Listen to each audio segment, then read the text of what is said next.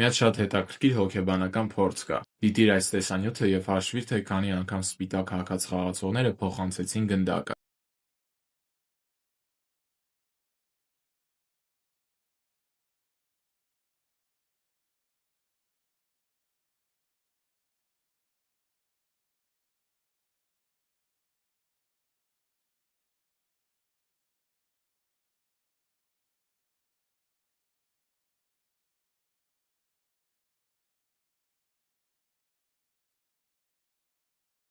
Ճիշտ պատասխանը 16, իսկ նկատեցի՞ր գորիլային: Շատերը առաջին դիտման ժամանակ ընդհանրապես չեն նկատում նրան: Բացի այդ, քո ուշադրությունից կարող էր վրիպել, որ սև շապիկով մասնակիցներից մեկը պարզապես դուրս եկավ կադրից: